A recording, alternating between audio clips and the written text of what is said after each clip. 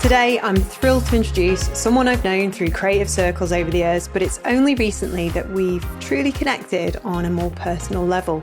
And that's Dave Sedgwick, the creative director and founder of Studio DBD, one of Manchester's most respected design agencies.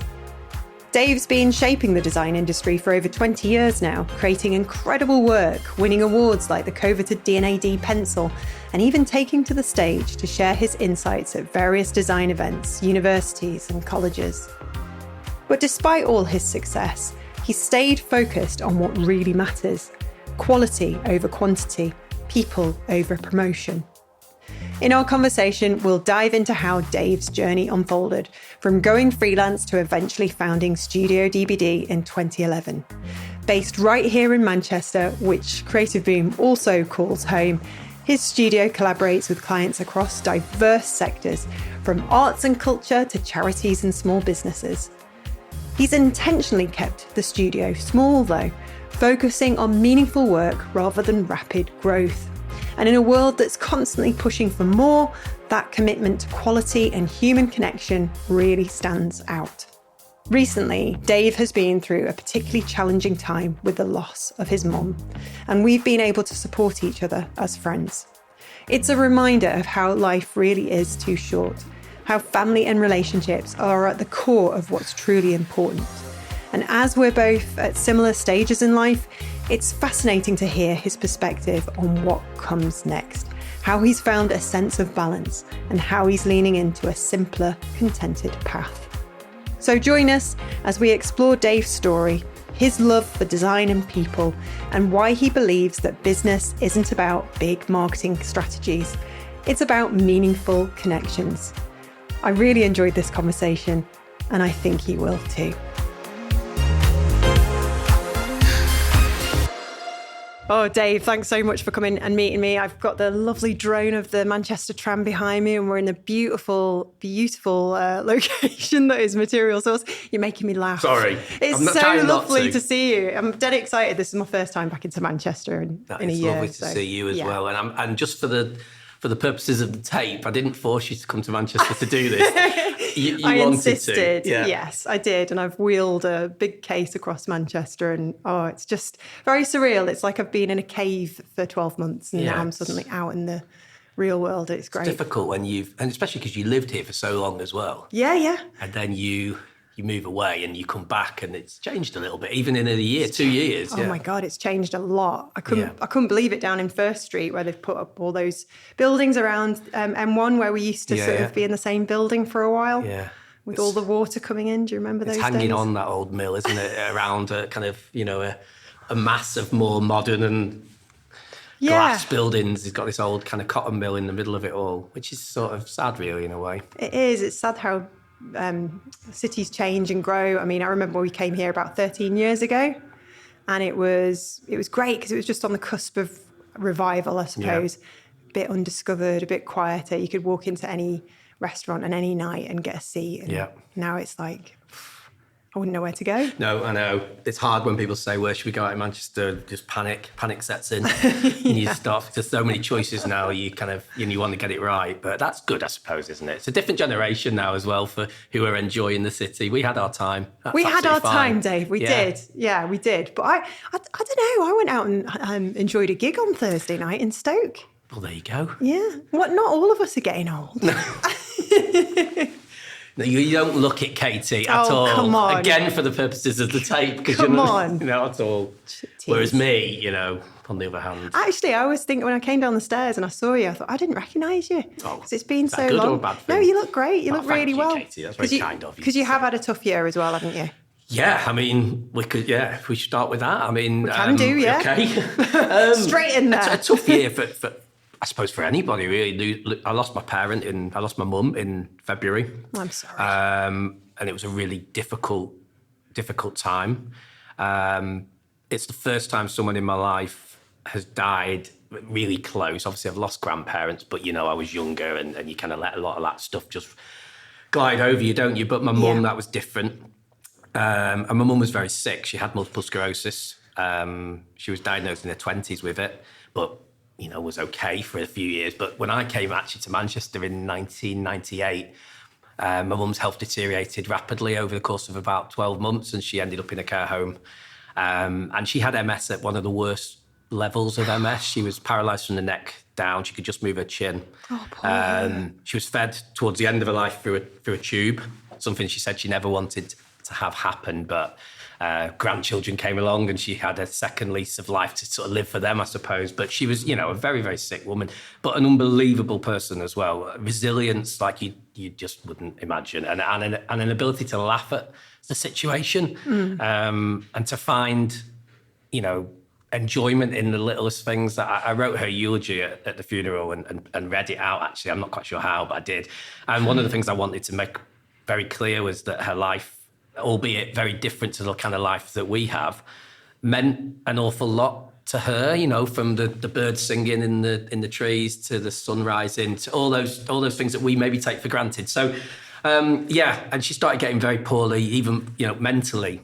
The multiple sclerosis right at the end took over her brain. It's something that she'd always had her faculty. She was always able to know who people were, and she was always able to put a smile on her face. But in the last sort of year of her life, that went, and it was very difficult, and a period of time from about October, November last year up until February when she passed away. We sat by her side most of that time, certainly from December. So 2 months of that. And it's difficult. And for anybody who's had a parent or any member of the family who's been very sick passing away, there was some comfort there in the end, in the sense of she's no longer in any pain or suffering. Yeah. And people say you shouldn't feel like that, but I did feel a little bit like that she had family around her at the end. She was an amazing woman, but, she's no longer in that pain, because I do not know how she managed it for so many years, living in that way where she had to be taken to the bathroom, fed. She was having oxygen for help her with breathing. She couldn't turn the TV over. She couldn't turn the light on. All the things that we take for granted. But anyway, wow, what a start to the podcast, people. No, you make me well up. I'm sorry about that. Yeah, I just think it's important to recognise, as me and you have talked about off the podcast, life's not always what it might seem on the surface. Yeah. And that everybody is going through tough and difficult times. And my mum's sickness and her multiple sclerosis and living in a care home and all of those things have massively shaped me as a human being and as a person, as a man, over the last, 20 years or so. That sort of ability to try and accept that, your health is really important to you, but and also to live every day like it might be your last one. It's hard. We don't always do it, but seeing my mum in the circumstances that I've seen her in has made me realise that life is short, and we should make the most of it, I guess. Yeah, it's mad, isn't it? How you get like all these silver linings out of these dark times, and you can sort of look back. It would be easy to get frustrated and angry. Yeah. And I'm sure that happens. It's natural. Anger happens to all of us. Yeah. And then, the clouds part, and you kind of realise, oh, right, okay, this has made me more resilient. It's given me more confidence. Yeah. It's given me more kindness and compassion. I've forgiven myself over things. I've forgiven other people, and all this kind of stuff comes out of this period of our life. I mean, our 40s they always say that they're the most miserable time. Yeah. Because you've got, teenage children and lots of pressure, elderly parents, loss, and maybe your own health problems as well. And I just wasn't prepared for my 40s. I was doing all right until last year. But and then it's kind of, all started to happen personally as well. And so what do you think the biggest kind of lesson you've had out of this? What have you realised you're made of? Oh, God, very good question, Katie, already. I think my mum was able to smile and laugh even in the most difficult circumstances. And for me, sort of growing up, born in Wigan, growing up in Southport and Preston, that kind of part of the world, coming to Manchester, I've always had that sort of feeling of like, you just get on with things, and you just put a sort of a smile on, and you just get on with things.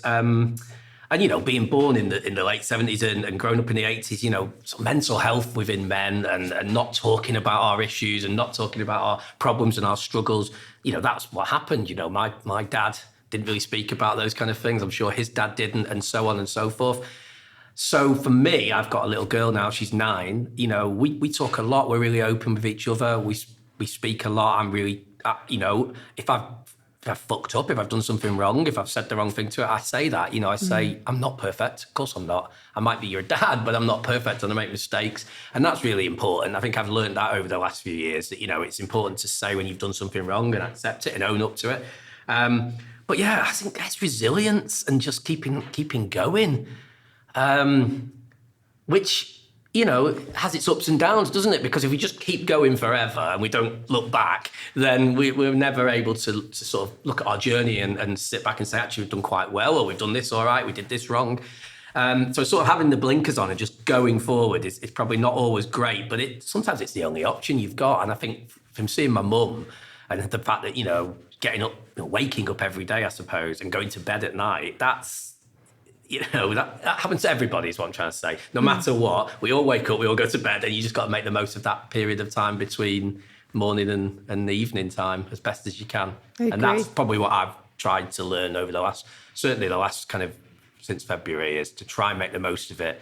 So, you know, when my mum passed away and we had the funeral and that, I felt like I needed something to focus on, something to look forward to. I'd always wanted to go to Vietnam ever since I was young, and I was probably hiding a little bit from my grief to some extent, but I booked us to go for 3 weeks around Vietnam, and we travelled around there, and it was absolutely amazing. And I guess we did a lot of things in Vietnam that maybe years ago I might have sort of stepped back from, and, you know, putting my daughter on the back of a motorbike and she goes riding off around Saigon at night time. You know, I would have looked back on that maybe a few years ago and thought, absolutely no way am I doing that. But I suppose life, you know, the lessons I learned in the start of the year was to make memories and to enjoy life as best I can. So yeah, I suppose that's probably what I've learned from it. But, you know, like we talked about before, Katie, you know, everybody in some capacity is going through something minor in some cases, something absolutely major in other cases. And I guess what I've learned in my 40s now is, you know, you don't really know what other people's struggles are and what they might be going through. And as I said before, social media is a bit of a problem on that. And I'm probably as guilty as the next person for posting all these great photographs of life, because that's the game, unfortunately, that we're in. But I do try as much as I can. Podcasts like this, talks, if I'm speaking to people, especially young designers and creatives, to be honest about the difficulties and the struggles that we're going through. As best as I can, I do try to be honest about it, and I think we should all try that a little bit as well. Yeah, I think the creative industries could do with a shake-up. We've had a really difficult time, haven't we, this last decade? These kind of last 4 years in particular, after COVID and everything, which everybody hates mentioning. We just want to move on, but the world has changed. We've changed, and I don't know. It just has felt relentless. And so to be going through all this kind of turmoil and our 40s, I mean, I don't know about you, but I, in a weird way, feel the happiest I've ever felt. Yeah, if that makes sense. I think COVID was a horrendous time for a lot of reasons. I'm trying to move on to really positive things, because I don't want people to think, oh my God, what is this podcast going to be like? COVID was a difficult time for a lot of people, including myself. We couldn't go to the care home to see my mum. Her 70th birthday was whilst COVID happened, and we had to see her outside the window and leave notes and write notes on a piece of paper.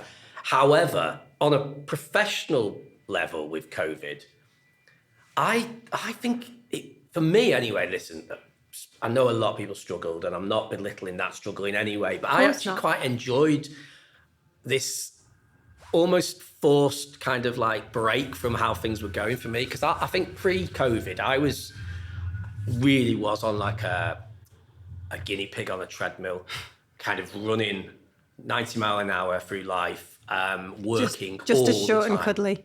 Just small and cuddly, yeah. For the purpose of our listeners, let's- I'm 6 foot tall, and I bump into Dave a lot of events, and I always tease him because I'm a 'cause giant. I'm only 6 foot, and Katie's a little bit taller. Yeah, exactly, 6'1". But I was just going 900 mile an hour at everything and working relentlessly. Yeah. Like massive inability to say no, like people pleasing constantly. Yeah. Still a difficult thing now, but I certainly think COVID, it was like a hard reset. It was almost like, right, it's not just about work anymore. You've got a child that needs to be looked after, a family that needs to be looked after, a business, admittedly, but one that could sort of perhaps just had to wait a little bit. Like we all had to look at priorities during COVID, didn't we? Our own health, our friends and our family's health, and work just felt like it was slightly less important for a period of time. And actually, it allowed me to, through lots of reasons, but certain clients, certain people I was working for, I kind of realised that they were draining a lot of energy from me, and it was very difficult relationship. Whereas, as in, I was unable to take on other stuff because I was constantly focused on what they needed. So it was a really hard reset for me, COVID. And that first period of COVID, if you cast your memories back, we had really good weather. It was great. And I remember like working a few hours in the morning and then having the afternoon off. And I realised that I was dragging out that working day, like a lot of us probably do, a sort of 9 to 5, that sort of like, well, we have to get in at 9 and you have to work till 5. And I realised during COVID, I could do the same amount of work if I focused my time a little bit more in a lesser space of time. And I think since then, and listen, I don't always get it right. I'm still work long hours occasionally, but I'm not perfect. But I have seen since 2020, when that happened, over the last 3 or 4 years, that if I focus a little bit more in a shorter space of time, it allows me that day off on a Friday. It allows me that time when I get home to say, I'm not opening the laptop tonight. Like I'm not going to do any work tonight, or I don't have to work this weekend.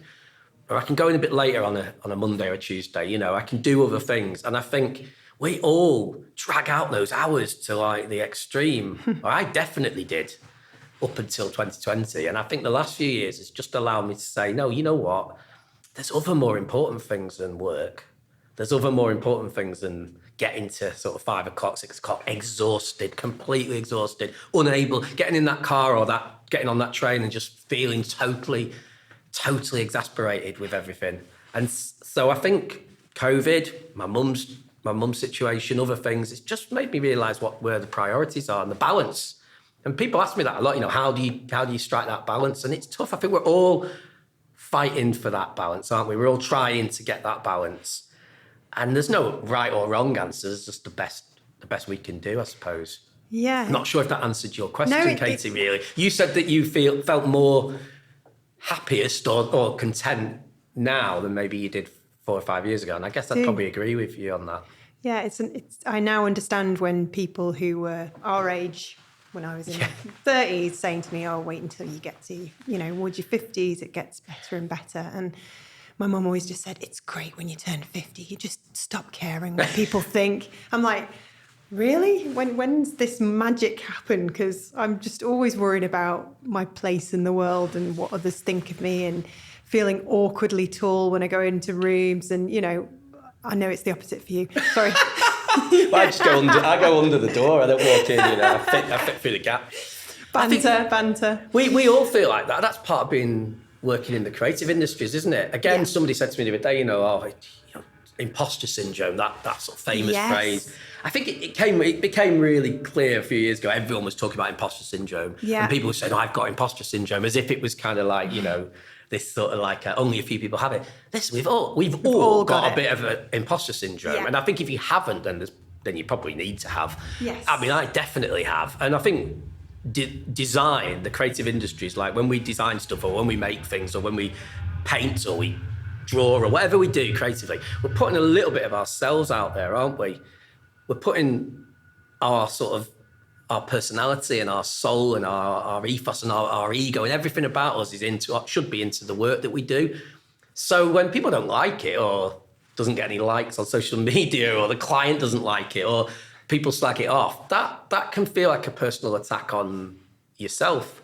Yeah. So Definitely in the design industry, you know, we're always going to have that feeling of like, oh God, what do people think? What do people think of me? What do people think of my work? But then you hit sort of your mid-40s and you think, it doesn't fucking matter. Yeah. Not really. No. Like, there are other more important things than what people think of a logo that I've designed or a typeface I've made or a colour choice. It mattered massively in my 20s, like, Of course. and my 30s. Oh my God, it mattered. Like, when I first started working for myself, I admit it, like, I was obsessed with the social media world and obsessed with getting followers. And I was quite late to social media, and there's a few people I knew who'd adopted it earlier, and they seemed to have all these thousands of followers, and I had no followers. And I remember thinking, oh God, this is the answer. It's about followers. It's about likes. It's not about any of that No, nonsense. it's not. And I know that now more than ever. Yeah. And that brings with it a sense of contentment. Yes. And realisation that that's not that important. You can step away from it and Yeah. relax, because actually it's more about the connections and the network you have and the people you know, and you're a very likable person and you know a lot of people, and that's probably been the best way to get work for yourself, by becoming people's friends, basically. Yeah, well, I've never, ever done any kind of cold calling or any sort of... I've not really done any marketing in the traditional format of getting work. It's never come to me via forcefulness. Is that a word? I don't know. It is now. Yeah. I've never had to force that word to come. I've never felt Yeah. like I've had to force it to come. It's come organically, or it's come That's naturally. So I was thinking about this the other day, like, you know, probably two of the biggest projects that I've worked on in the last few years. One came about from having a dog, and the dog walking around my office and then Very cute. having to, like, you know, say, come on, Mabel, away from them. And then that person starting a conversation, and that's resulted in a couple of really big projects. And the others come from having a daughter who went to ballet originally. It's very middle class, went to ballet. She doesn't do ballet anymore, but she started at ballet, and I got chatting to a guy there whose daughter was also there. He asked me what I did. We got talking. I went in to see his company, and then that resulted in a project that I worked on in Sale, in the shopping centre. Great. And it's still an ongoing project now. So basically, the dog and my daughter have been paid for by the work that they've provided. You just pimp them out. Go exactly. on. She's just got to keep clients. She's got to keep bringing me work till she's 18, and then it's done. That's my daughter, not the dog. But yeah, most work comes from conversation. It comes from personal relationships, as you say. It comes from connections, networking, Going to events. going to places. Yeah, going out and about, meeting people. Being in the right place at the right time as well. Listen, you know, there's a bit of luck comes to some of this. And I'd be wrong to sort of say there isn't. There's definitely a little bit of luck. I was thinking on the drive over here, actually, about what you might ask me a little bit about the business or the agency or the studio, whatever you want to call it. And I was thinking about starting it in 2011 and how I had no plan, no structure, nothing. There was no Post-it notes on the wall or business advisor meetings, or, you know, I didn't even open a sketchbook. Loan. There was no loans, there was no money, there was nothing. I had absolutely no idea what I was doing and why I was starting it. It just happened. Yeah. It just happened naturally. And I think some of the best things in life do, don't they? If you really try and force something, it's never quite the experience you expect it to be. You talk about holidays and that, and if you go somewhere and you have this expectation of it being amazing, it's often going to let you down a little bit. And I think for me, when I started working for myself, there was no plan. I thought, oh, maybe do this for a year or two and then go and get a job somewhere else. That was sort of in my head. Same. And then a year goes into 2, 5, 10, and you think, actually, I'm totally unemployable now and can never work for anybody else. Yeah, I think that's what I always did. I thought, right, if this doesn't work out, I can always just go and get another job. Yeah. When did you go freelance? How old were you? Oh, God, well, it was 2011.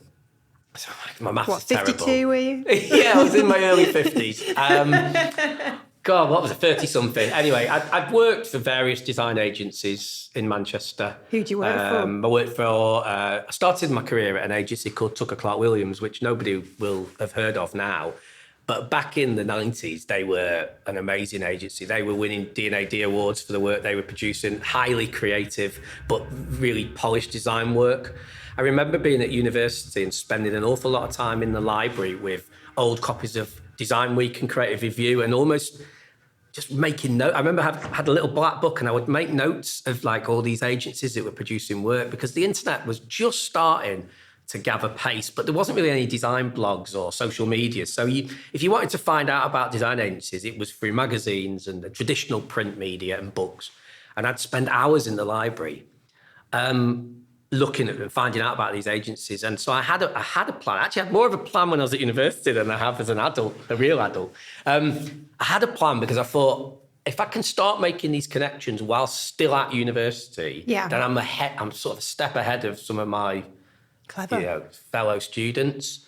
And I remember going to see Dinosaur, who were just a small design agency at the time, and now they're obviously very big. I remember going to see them. I remember going to see lots of design companies and, carting my portfolio around. And I went to see Tucker Clark Williams, and I was like, there's no chance of me getting anything here. This was an amazing agency. But they just, prior to me going in there, some of the guys had left to set up an agency called Love Creative, and Love Creative are now doing very, very, very well. And out of Love Creative has come another agency in Manchester called Music. So some really, really great agencies came out of TCW. And what TCW were doing back in the day was sort of challenging that perception of advertising versus graphic design. So you had your advertising agencies who were like, we're coming up with all these great ideas. And you had your design agencies doing all these beautiful, polished graphic design. But there wasn't really many agencies back in those days who were doing both good ideas, but beautifully done. Yeah. And I love that side of things. I loved a book called Smile in the Mind. I was obsessed with that, like little ideas in design. And so TCW gave me an opportunity. I did a 2-week placement and they offered me a job. They offered me a job on £13,000 a year. Wow. And I thought I was a millionaire. This was back in 2001. I was so happy about it. Just so happy to get a job in the design industry. I'd worked so hard. I was the first of my family to go to university. The wider family as well, cousins, aunts, uncles, no one had that opportunity.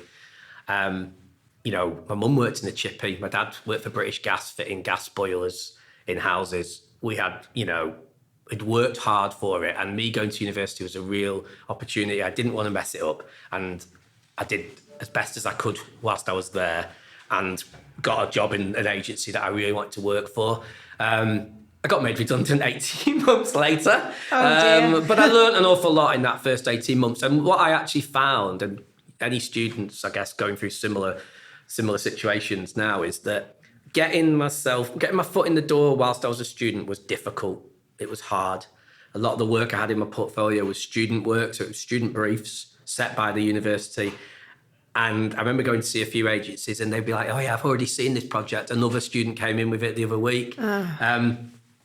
And when I worked at TCW, as I say, there wasn't design blogs and social media then. So people wanted to know what work had I been doing at that agency over the last kind of year or two.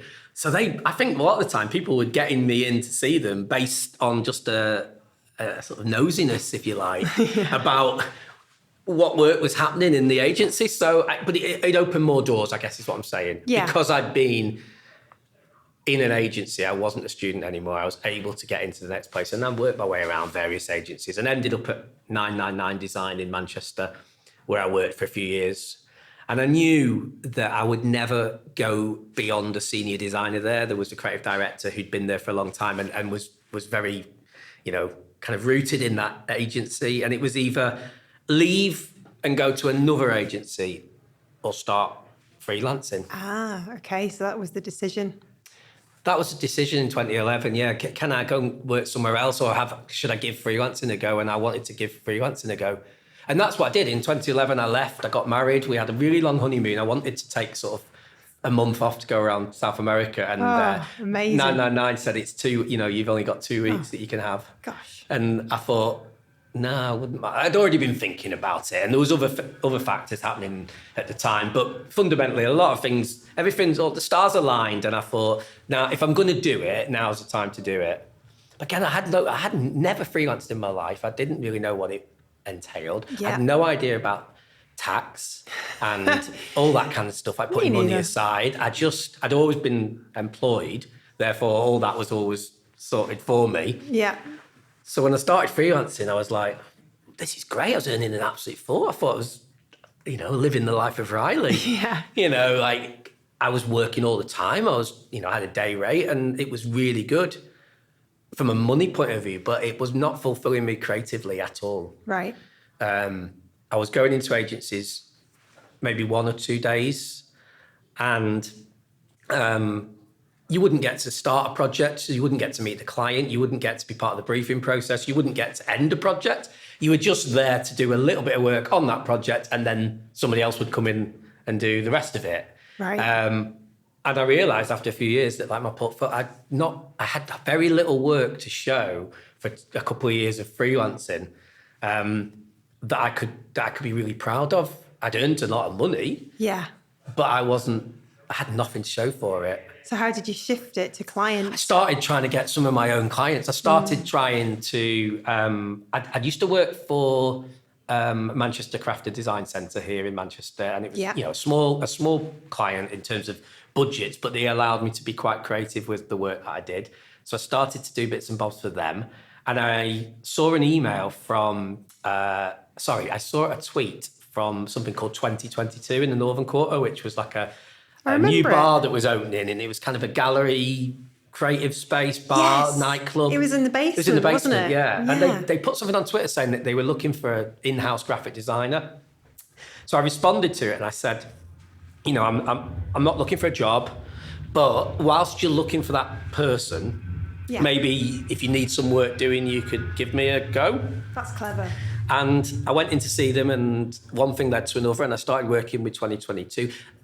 These were small projects, and they were a few £100 each, but they added up. So along with the freelance work, the sort of extra work that I was doing for sort of bars and restaurants and nightclubs and craft centres, there was like a pendulum swinging one way, and it was like freelance was this way and this kind of work was this way.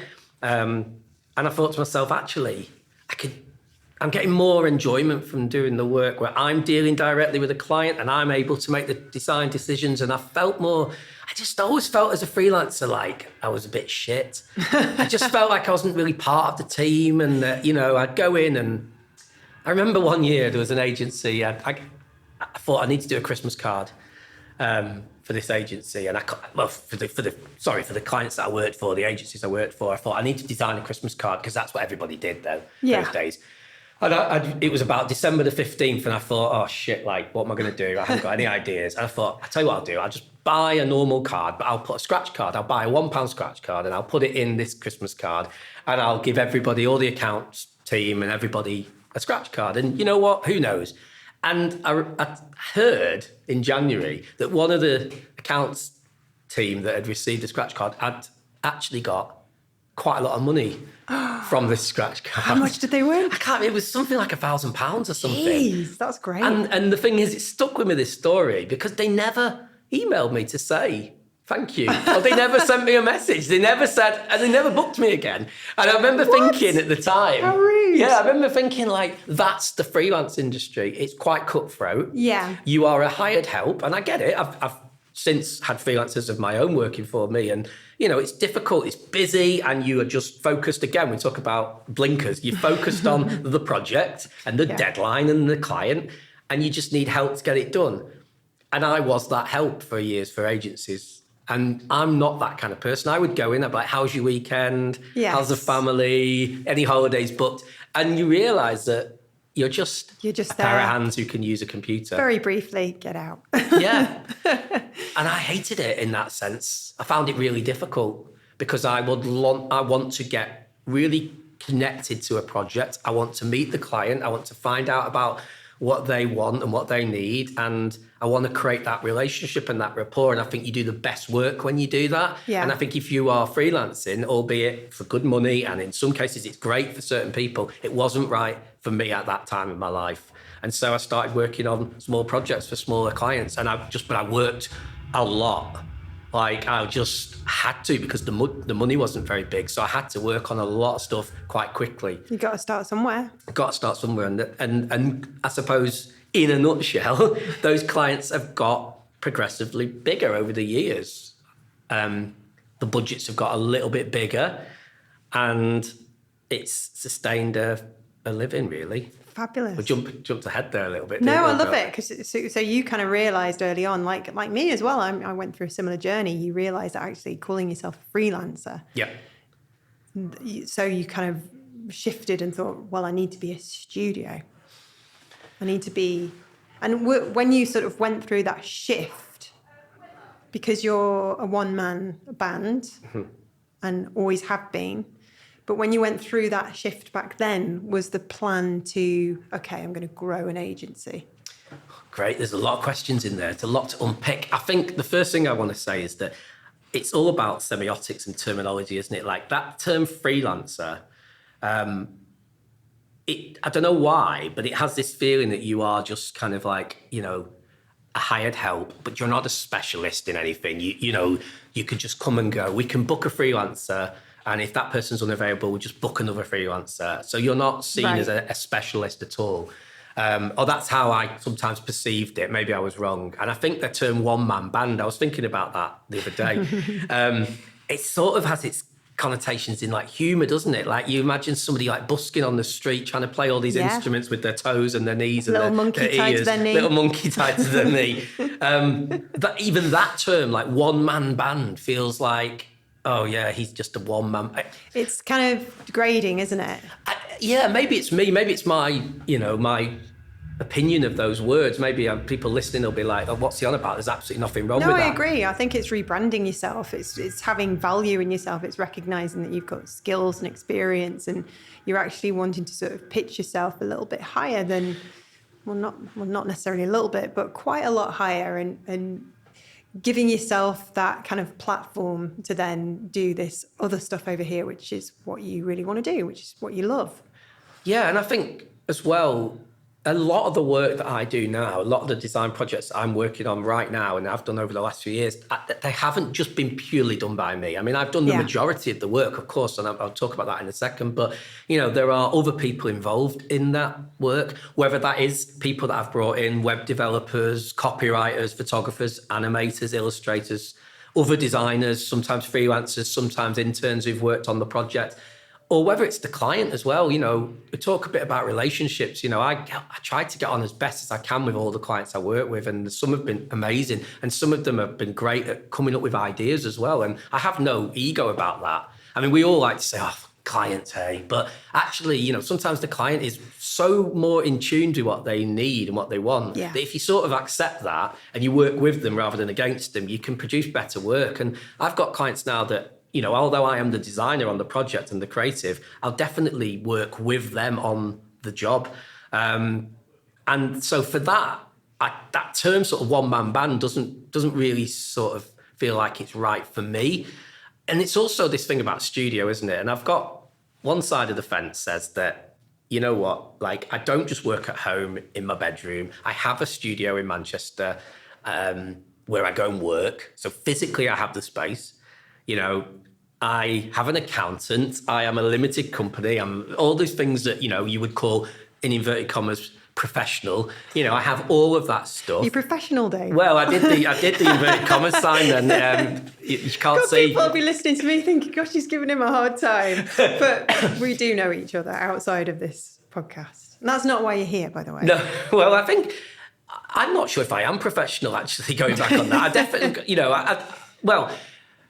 part of me thinks, no, I'm not. And part of me thinks, well, I have to be doing something right. But I'm not quite sure what that is yet. And I think that is part of the journey as well. That's quite enjoyable to sort of figuring that out. I listen to a lot of other creatives, other designers, and they say, we sit down at the start of the year and we plan a structure for the next 12 months, or we plan an 18-month, what we're going to do. I've never, ever done that. And that's not me saying, oh, check me out, I've never done it. I just haven't. I wouldn't know where to start. If someone's willing to help me, then please do. And I've recently started to ask a few friends of mine, people I admire and respect, and, they've given me some advice. But I think in the end, you've got to figure that kind of stuff out yourself. It's a bit like being a child. And, I constantly tell my daughter, you need to put a coat on. It's cold outside. And she's like, I don't need a coat on. And then we walk down the street. She's like, oh, I wish I brought my coat. Like, you have to learn yourself through mistakes. So for me, sitting around a room and someone saying, do this, do that, probably wouldn't work for me. I need to do it. I need to figure it out myself. But that thing about a studio, everything about the work that I do feels like a studio. However, on the other hand, I've always been about transparency and honesty. And I think there's a lot of people like me in the industry now who work alone, work majority of the time on their own, who are feeling the need to position themselves as bigger than they are because of the strains and the stresses of the industry and the fear that, they may be left out of projects. They might not get asked to do things if they are working for themselves. Yeah. And I'm at that real dilemma at the moment of how do I approach that? Because on one hand, I know that I want to be perceived to be a studio in the sense of the work I'd like to hope I'm capable of trying to work on that kind of level of work with the support of others. On the other hand, I want to be honest and true to myself in the fact that it is just me doing it. And actually, maybe I should be more proud of that rather than trying to be something that I'm not. Yes. And that is the dilemma that I'm in at the moment, is that honesty. I think you should be honest. Well, yeah, and I think I have starting to come to terms with that a little bit more. But it is difficult, isn't it? It's like I do a job for somebody, a design project, and then it's whether you say, we have just completed blah, blah, blah, or I have. Well, you were taught that in an agency. Well, yeah. But also if you say it belittles all those, like I said before, the people that have worked on it as well. And the clients who've been part of it. Let me put this to you then. Does it matter if all that's different is that those people you work with on a payroll? Or sat next to you in an office. Yes. And that's the dilemma, isn't it, about whether you're a studio or not? Because they don't necessarily sit in a room with me. They are working on the job with me sometimes. And allowing that agility, that sort of keeping that flexible model of an agency, it works for me. Yes. We joked before we started the podcast, you said, that could be you, Dave, if you'd pull your finger out. But actually, it works for me right now. It's not for everyone, is it? No, and I think I've spoken to a lot of design agencies of 4 to 6 to 8 people working for them, and the stresses and strains that those owners are under. Horrible. Really good creatives and designers and really great people who have admitted to me that they don't design anymore. Like they're literally just running a business, payroll, HR department, dealing with this, that, and the other. That's why I changed course. Yeah, and that's why I don't know if it's for me to have all that. I think I love graphic design. I love being creative. I love meeting people. I love having that relationship with a client where it's a one-to-one, or the couple of clients come to me and we do the work together. If I have to stop that, then I'm not sure if there's any point in being a designer anymore. So why change it? Because society suggests that we should. Who? Well, that's the big dilemma, isn't it? Like LinkedIn, social media, this thing that you're not made it unless you are, you've got staff working for you and you're this, that, and the other. And I suppose that's the dilemma, isn't it? And as we're getting into our mid-40s, I'm becoming more and more accepting of the fact that, define success. Like, is it about the size of an agency or how much money you're earning or whether you've got a goldfish, bowl in the corner or a water cooler? It's not for me. Success is about, am I every single year able to look back and say, fucking hell, somehow I've made a living out of this for the last 12 months again. Exactly. And I've actually done some work that I've enjoyed along the way. I've met some nice people and I'm still here and I'm still alive. And better than that is the fact that when you work for yourself, you have an ability to be able to be a little bit more selective of the time that you work. Yeah, exactly. And I know people in agencies, creative directors and owners of companies will say, we've also got that. But you do have a few more steps to go through. You can't just not turn up one day because you don't feel like it.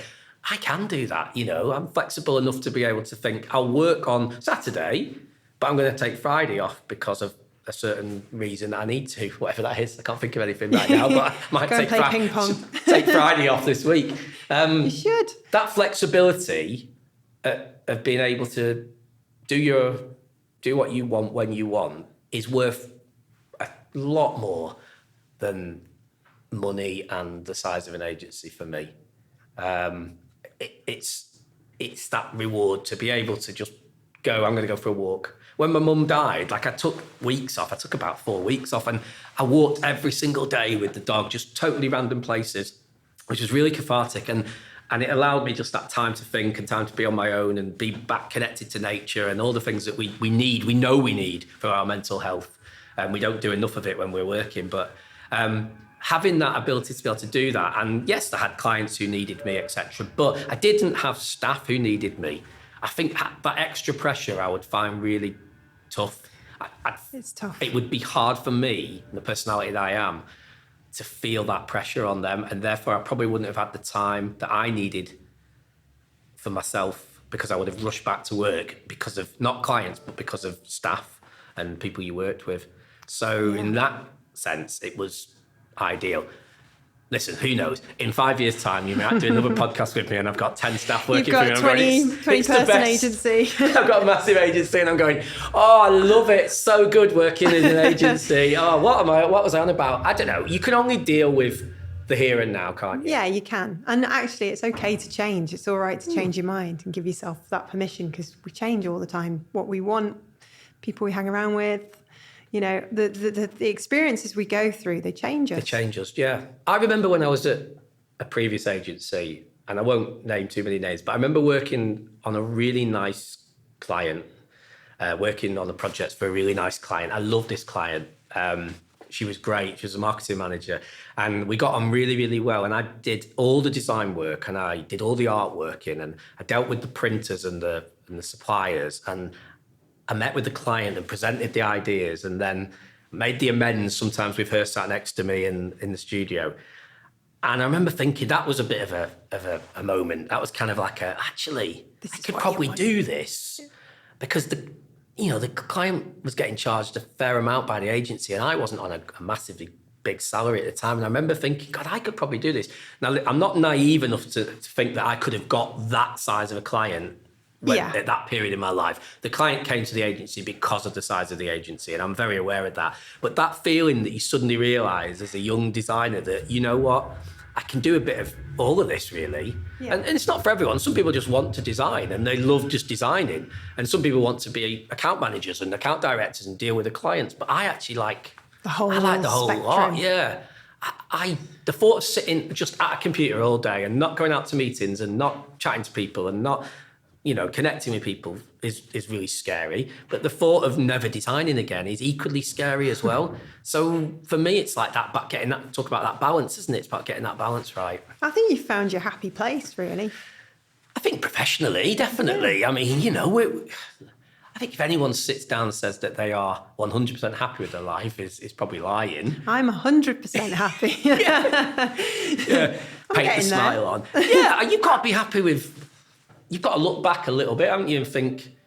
I think there's no such thing as happiness. There's just sort of happy moments. I think that's a good way to look at it. And contentment. Yes. We talk about contentment, like, are you able to sit back and go, I've done the best I can today. I've not been too much of a dick, or I've tried not to be. I've tried hard. How do you get inside my head? Well, I feel the same. And I don't always get it right. God, none of us do. But, you've got to be able to look yourself in the mirror, haven't you, and think, I've tried to be a decent person. I've tried to listen. I've tried to offer advice if needed. I've tried to work, earn some money. I've looked after myself as best I can.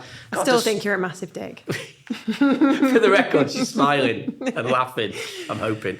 Come on. I think what you were touching on before when you were saying, like, who's telling us these things, these kind of narratives? And that's a really good question. Finally, we're terrible for it in this country, aren't we? But finally saw a counsellor myself during lockdown. And it was the best thing I ever did. And if people haven't done it before, they should go and do it, because it's amazing. It unlocks so many things and it helps you figure things out. And I'm still figuring things out based on those conversations back then. I've not actually spoken to anyone since. The long and windy point I'm trying to make is this wonderful counsellor I spoke to said, who is telling you this, Katie? Who's saying those things? Where are you getting this from? And it really stopped me in my tracks, because I was like, oh yeah, I don't know. Nobody's telling me that. I'm telling myself that. And you just have to sort of tell that voice to, in unknown certain terms, fuck off. and just say, well, no, because I'm going to do it like this, and that's okay. And I don't need to do that, and I don't need to be this person, and I don't need to... whatever it is that you're going through at the time. And it's liberating. I think there's probably somebody far more educated than I am who can explain what that actually, there's probably a scientific terminology that suggests that you have one voice saying one thing and the other voice saying the other. The devil and the angel. The devil and the angel is the most basic way of thinking about it. I can't think of a better way, so let's call it that. One thing telling you, you're shit, you're the worst designer, the worst person, the worst husband, wife, father, mother, daughter, whatever, friend.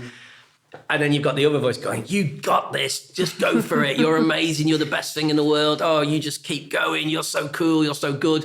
I think that if you listen to one too much, you go a bit crazy. And if you listen to the other. So you've got to take a little bit of both, haven't you? And you've got to try and find that balance. Is it like having two football managers, like maybe Sven and Pep? Yeah, I knew you'd bring it onto football eventually somehow. Yeah, two different styles of coaching, two different ways of playing football. I think, you've got to, you listen to football, bringing this onto a football podcast, but some footballers who've had lots of different managers in their careers will always say, I learned an awful lot from that manager, but I didn't quite get on with that manager. I think people like myself who work independently, we have to have a couple of football managers in our mind telling us different ways to do things. Because I think if you just believe too much in one direction, then you can go a bit crazy.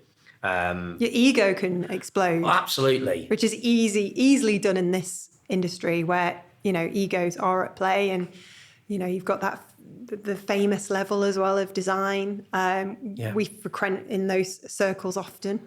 We're kind of a big deal. That's a private joke, by the way. I feel like I need to explain it now. When I first moved to Manchester, 12, 13 years ago, I went to a party with a mutual friend. He'd invited me along, and it was all his BBC friends. And I'd just moved up from provincial Stoke and was a bit nervous at this party and bumbled. When they asked me what I did, I made a joke because I think Anchorman was out at the time. I said, well, I'm kind of a big deal. I've got a blog and have many followers. And they all just looked at me blankly and were like, okay. And my friend who'd invited me was absolutely pissing himself laughing in the corner because he knew what I was referencing, but nobody else did.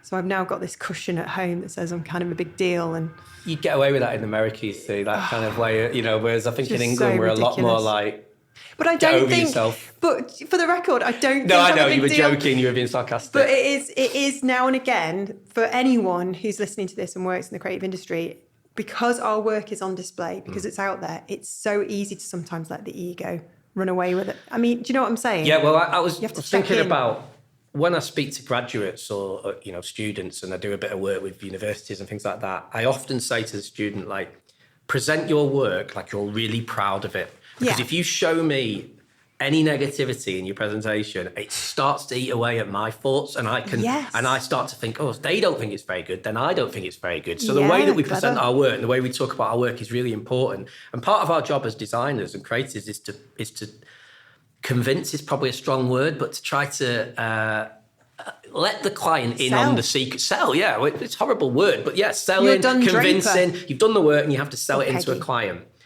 And I think because of that, we have to have a little bit of ego-ness to our work, because if you don't have it... But there's a difference, I think. There's confidence, isn't there?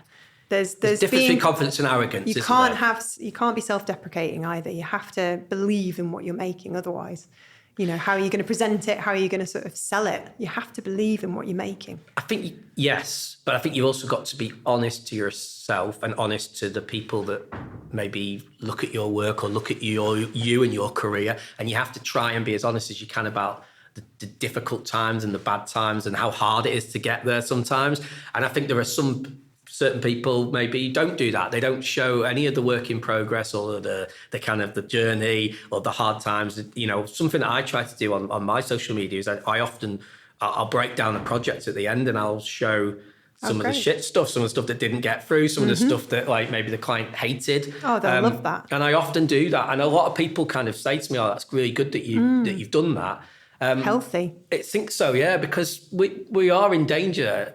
I've gone to design talks before and they've been amazing events. I've seen some fantastic work, but I want to see the journey. I want to see the difficulties as well. And I think if we don't allow that to come into our way of talking about our work, then we're sort of living a lie. I always say to students, Another thing I say is like, don't just go on Pinterest and look at that because you're seeing the finished, polished, beautiful piece of work that not everybody can aspire to do, including myself. So, get your inspiration from other places because, ultimately you can only do the best you can do. And if you're judging yourself on such a high level, then it's going to be always going to fall short.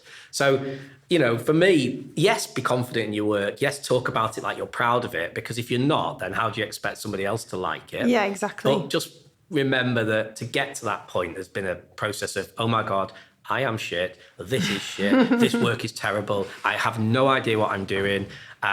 We should have said no to this job. I can't do it. I'm a disaster.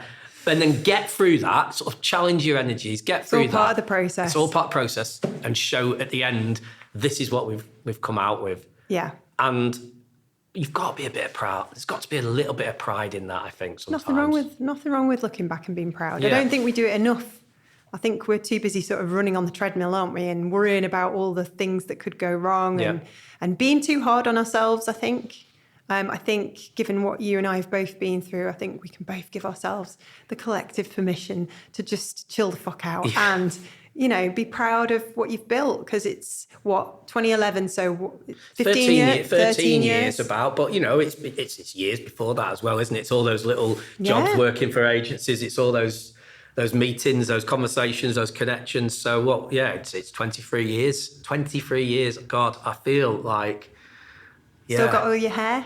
Just, I was. Are you growing little black hairs on your chin as well? Yeah, I am. Oh God! And other parts of the body. But when did all that happen? I think I was watching a film last night, The Substance, in a new Demi Moore film, and it's about it's an amazing film and very, very gory in places, very difficult to watch. But I won't ruin it. But it's about growing old. Basically, it's about that sort of can you take something that allows you to sort of relive your youth. That would be interesting. Yeah, it's really good. But if you could, would you go back and change anything? Yeah, probably. I'd probably go back and I would probably tell myself to stop worrying. Aww. Because I think certainly at university, and I still remember this like it was yesterday, and that's why whenever I've got interns working with me or I go and work with students, like I say to them, I understand. It's scary. I remember being at university and I remember standing outside my lecturers, tutor's office to go in. And I remember just thinking, I am just so bad. Everyone seemed to know exactly what they were doing. Everyone seemed to be so confident in how they talked about their work and how they presented their work. They seemed to be so fucking intelligent as well. All I knew about was football and drinking beer and sort of going back to Southport with my mates and stuff. And I remember just thinking, everyone else seems to know exactly what they're doing. And I don't know what I'm doing. Obviously, now looking back, they didn't know what they were doing. Of course they didn't. They were going through exactly the same. They were probably terrified. They were terrified as well, but I felt like that. And so I suppose I don't know if I fully enjoyed those times in my life, those youthful times. Yeah, so I think being a student, being a graduate is a really difficult period in anyone's life, whether you're in the creative industries or not. You're just finding out about yourself. You're just starting relationships and friendships and connections, and you're questioning a lot of things. And I certainly did and still do.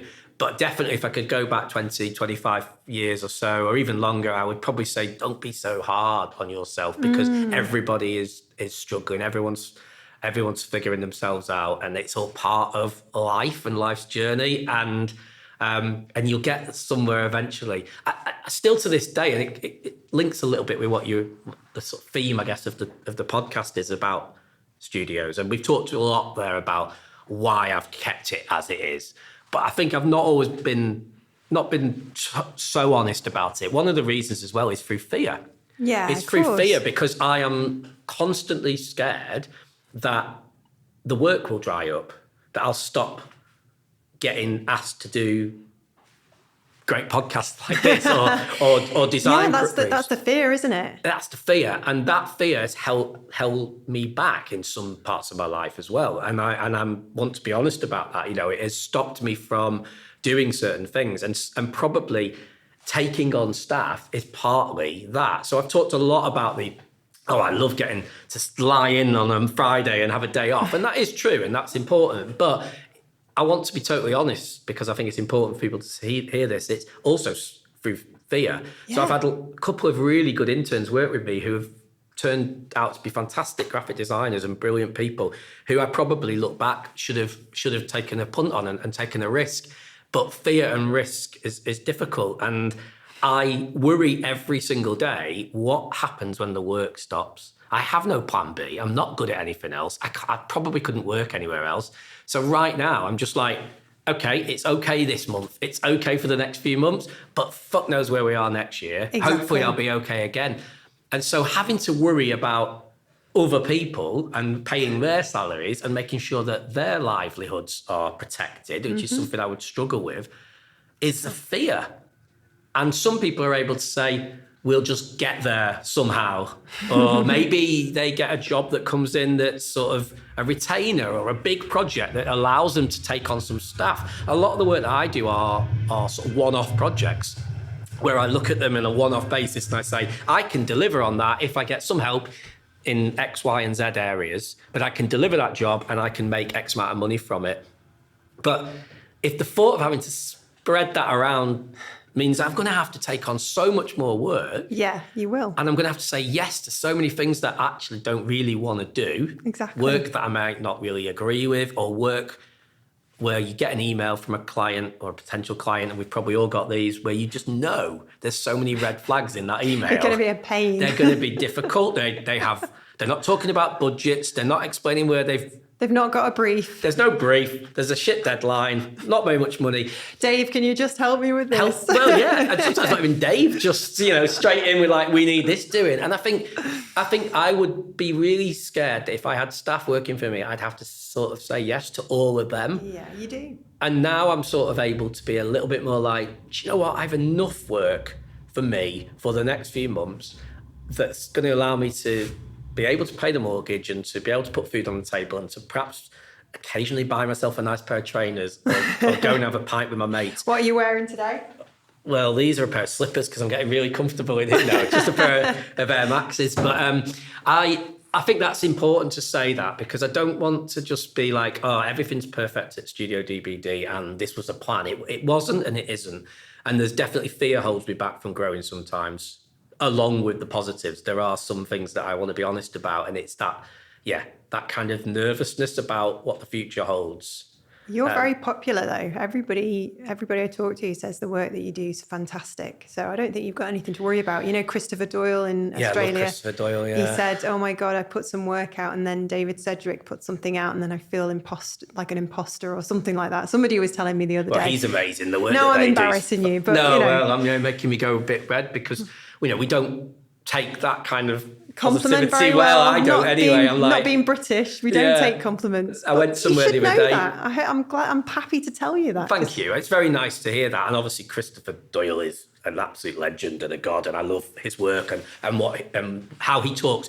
More importantly, how he talks about his work, because he's quite honest as well about things. He's on the podcast too. Oh well, he's a great guy and I love him. But it's great when you hear stuff like that, because you want acceptance. I mean, you want people to say from your peers as well. Amazing. It's really important and it's great, but I can't take it very well. Like I went to an event the other day and I'd done some design work for it, and I went with Craig Oldham, a mate of mine, and he was like, oh, it's great, you've done a really good job. And I was like, oh, it's just a really quick job, I'd have done it differently if I did it again. And I think that is a driving factor in being a creative though, isn't it? That you have to look back a little bit and think, I might have done things differently, or I would do things differently if I did it again.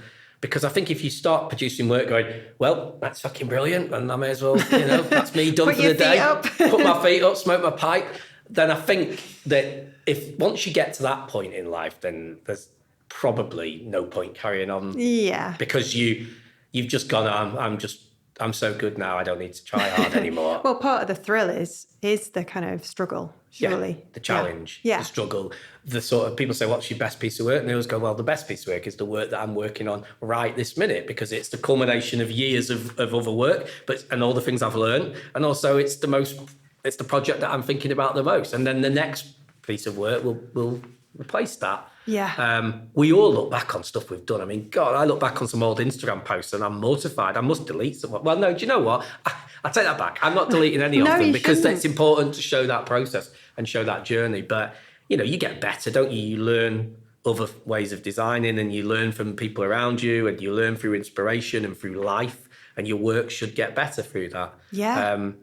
But it's great to hear that people like the stuff that I do, and it is brilliant to get likes on Instagram and shit, get messages. I think it's shit. That's the problem. But the most important thing is, does the client?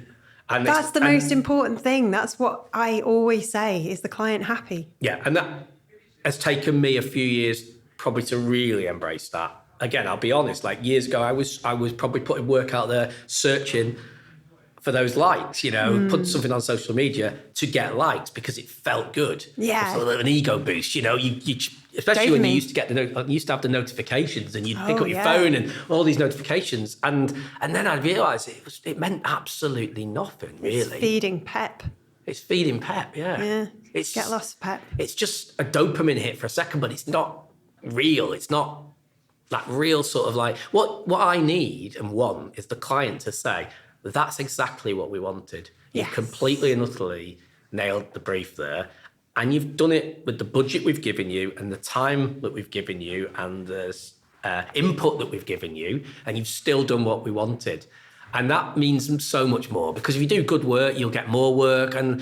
And social media, and I've seen you obviously post about this quite a lot, the algorithms on Instagram and all that kind of stuff. And if you're not a paid subscriber on some of these platforms, then your posts aren't getting seen. No. And all of that stuff just, sometimes keeps me awake at night. But actually, when you break it down to the real basic simplicity of what we're doing, is the client happy and content with what you've done? Exactly. That's all that matters. And then they might hire you again and again. And then you can sleep at night knowing you did a good job. Yeah. And it doesn't really matter what Anthony Brill thinks. I mean... I think Anthony thinks that he likes me because we're both very big Alan Partridge fans. So that's kind of...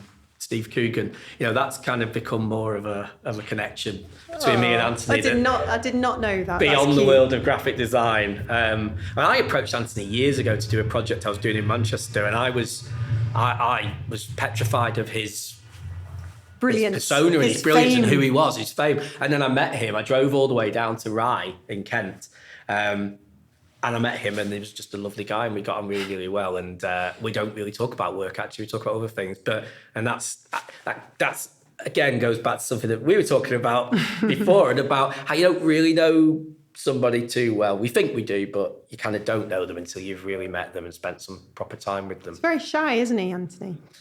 Yeah, until he has a couple of beers. Yes, I know. I've had my fair share of fun nights out with him and many others, like in the industry, back before COVID, when we used to go and do these things, back when we were younger. Yes. Well, you see, someone was asking me that the other day. They were saying, there's not as much things go on anymore in the city and stuff. And I think that's a bit harsh, actually. I think there are still quite a lot of things going on. There's loads of nice maybe things. That it's a different generation of designers and creatives.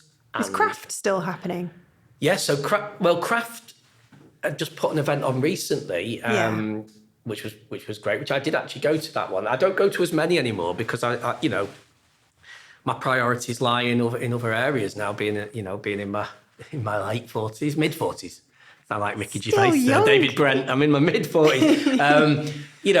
The thought of sometimes you just get to work, you want to go home, you want to see your family and get back to where you live. But I think there are still events going on. It's just that maybe the generation that we come from and we follow each other on social media and stuff are saying there's not much happening. I think if you sort of dig beneath the surface, there's lots of things happening in Manchester and it's a fantastic city to work in and be part of. You're very lucky. You're living the dream. I'm living a dream in the sense that I'm able to sort of think I've made a career from being a creative, and I've got lots of friends who earn a lot more money than me, who've got fantastic pensions and bonds and ISAs and all that stuff that I know nothing about. I know nothing about any of that kind of stuff. There is just about enough money in the bank for me to be able to, buy you a drink after this or, or something like that. But actually success, fulfillment, contentment comes from what you do day to day, rather than maybe, what bank balance you've got or what pay packet you've got. So I am extremely fortunate. I'm very proud that I work for myself, creating things and designing things. But there isn't a day goes by that I don't realize that, and I don't sort of pinch myself sometimes. And I'm very aware it can change at any moment. And going right back to the start of this talk when I talk about my mum, life is very fragile. It's on a knife edge all the time. You don't know which way it might go. So I'm aware of that, and every day I think about that. But right now, I'm happy that I'm able to design stuff and people seem to quite like it, and that is enough for me. Well, do you know what, Dave? That's a really nice moment to wrap this up, and thank you for joining me on the podcast today. You've definitely made me think a lot about what my priorities should be moving forward, and I'm looking forward to carrying on this discussion over a nice lunch. Thank you so much for joining us. You're welcome. Thanks for asking me to be part of the podcast. Yeah. And I like the fact that you waited until what season are we on now, Katie? Season 8. Season 8. So just thought, your ego and that. Warm up, get a few more listeners, and then. You know what though? I've got to say something now. I didn't think you'd wanted to come on this. Well, you kind of give the impression, Dave, that you don't want to sort of do any interviews, because I've asked over the years. No, well, listen, I don't want my listeners thinking I'm a, You're not at all, and you've always thinking of an appropriate word. No, not at all. We will have to touch on this ever so slightly, but I'm aware we've probably spoke for far too long, so I'm conscious. We have a height limit. That's trying what it is. Trying to keep it. But one of the reasons why I think you might feel like that is, there's two reasons. The first reason is I've never had any PR training or marketing training in terms of how to promote Studio DBD or myself in terms of the work that I do. So I've never really known when I finished a project what to do, and I'm sort of moving on to the next project. But the odd time that I have done something that I thought, okay, this is all right, or the client's really happy with it, or it's an interesting story, I've kind of reached out to people like you, but I've never wanted to inundate you with requests, because you don't want that, because you probably get tons of emails. The people that read Creative Boom or go on the social media of Creative Boom don't want to see my ugly face and my work all the time. So I'm really reluctant to send too much to people like yourself, because I don't want to come across as that sort of person. It's I've done, here's another fucking project, here's another project. And sometimes I've finished a project and I think it's not the best I could have done. I really appreciate it, because, not all people are as considerate as that. I get texts on a Sunday sometimes and people just pester you on LinkedIn. And the thing is, it goes back to what you were saying before, which was very wise. It's, you just do not know what other people are going through. I don't understand your job fully. You don't understand mine. And with that comes a kind of weight off the shoulders, because when you realise that all I am is just an ordinary gal working and trying to run a magazine and a podcast and do other things and have a life, and the email inbox, as you can imagine, is just absolutely overwhelming every single day, and I have to make choices. So I'm not sitting there going, I'm not having Dave on my podcast or anyone else, or I'm not going to run that story or that story. It's not the case at all. It's just, you just do what you can with the time that you have. And absolutely. It's so that's the other thing I hate about what I've done with Creative Boom. I wanted to create something so I could help everybody. Mm-hmm. And then I realized very quickly that I couldn't help everybody. And I burnt myself out a couple of times trying to help everybody. I'm not trying to sound like Joan of Arc or something, but it's I